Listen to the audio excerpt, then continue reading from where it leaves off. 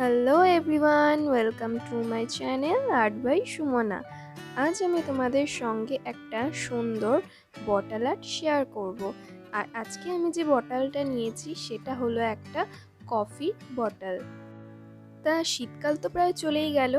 তা শীতকালে সবার বাড়িতেই কফি তো কম বেশি খাওয়াই হয়। তা সেই কফির জারগুলো আমরা যদি না ফেলে দিয়ে সেগুলো আবার রিইউজ করে সুন্দর একটা হোম ডেকর করি, সেটা কিন্তু দেখতে আরও সুন্দর লাগে। তো সেটাই আজকে তোমাদের সঙ্গে আমি শেয়ার করব। এরকম ধরনের জিনিসগুলো ফেলে না দিয়ে যদি আমরা সুন্দর করে আর্ট করে হোম ডেকর করি, ঘরগুলোও কিন্তু দেখতে খুব সুন্দর লাগে।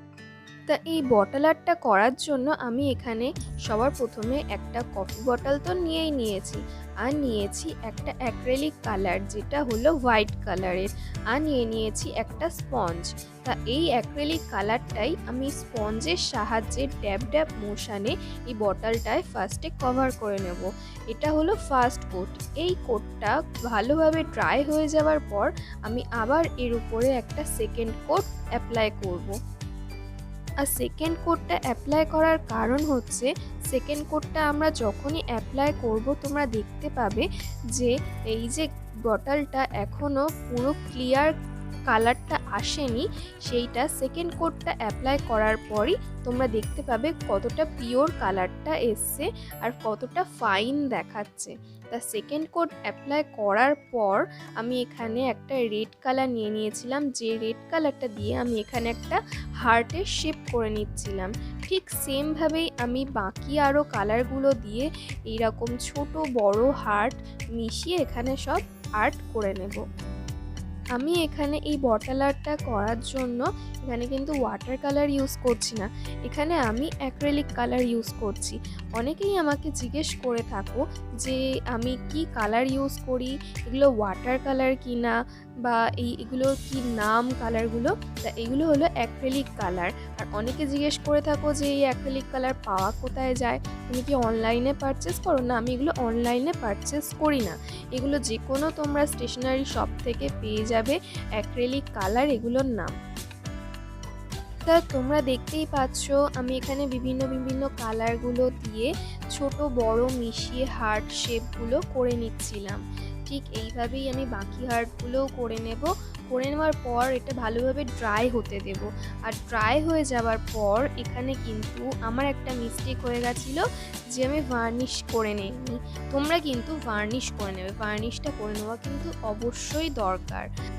আর এটা পুরোপুরি ড্রাই হয়ে যাওয়ার পর আমি এটা এখন ভার্নিশ করে নেব, কারণ এটা আমি গ্লিটার ইউজ করব। আর গ্লিটারটা যদি আমি ইউজ করে ফেলি একবার, তারপর কিন্তু তার উপর আমি ভার্নিশ করতে পারবো না। কারণ আমি যদি গ্লিটারের ওপর ভার্নিশ করি তাহলে গ্লিটারের যে গ্লেজিনেসটা ওটা নষ্ট হয়ে যাবে। তাই তোমরা যদি গ্লিটার ইউজ করো তাহলে গ্লিটার ইউজ করার আগে কিন্তু ভার্নিশিংটা করে নিও।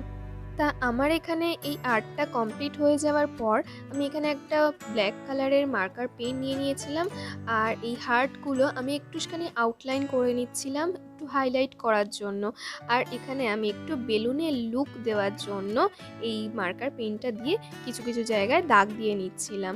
তারপর আমি এখানে একটু গ্লু ইউজ করে তার উপর গ্লিটার দিয়ে দিয়েছিলাম। তারপর এটা আমি ভালোভাবে ড্রাই হতে দিয়েছিলাম।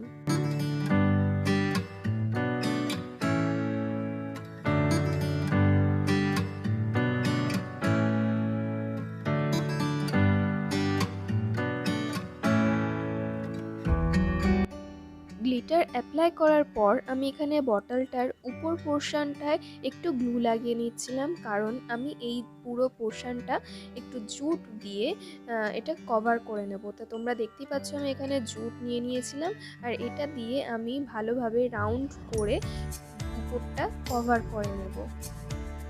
আর এটাই ছিল লাস্ট কাজ। এটা কমপ্লিট হয়ে যাওয়ার পর তোমরা অবশ্যই কিন্তু দেখো এটার আউটকাম লুকটা কতটা সুন্দর আসলো। আর ভিডিওটা ভালো লাগলে অবশ্যই কিন্তু লাইক করতে ভুলবে না, আর কমেন্টে আমাকে জানাবে তোমাদের আজকের এই বটল আর্টটা কেমন লাগলো। তাহলে যদি এখনও চ্যানেলটা না সাবস্ক্রাইব করে থাকো তাহলে চ্যানেলটা এখনই সাবস্ক্রাইব করো, কারণ এরকমই আর্ট রিলেটেড আরও ইনফরমেশান তোমরা আমার এই ইউটিউব চ্যানেলে পেয়ে যাবে।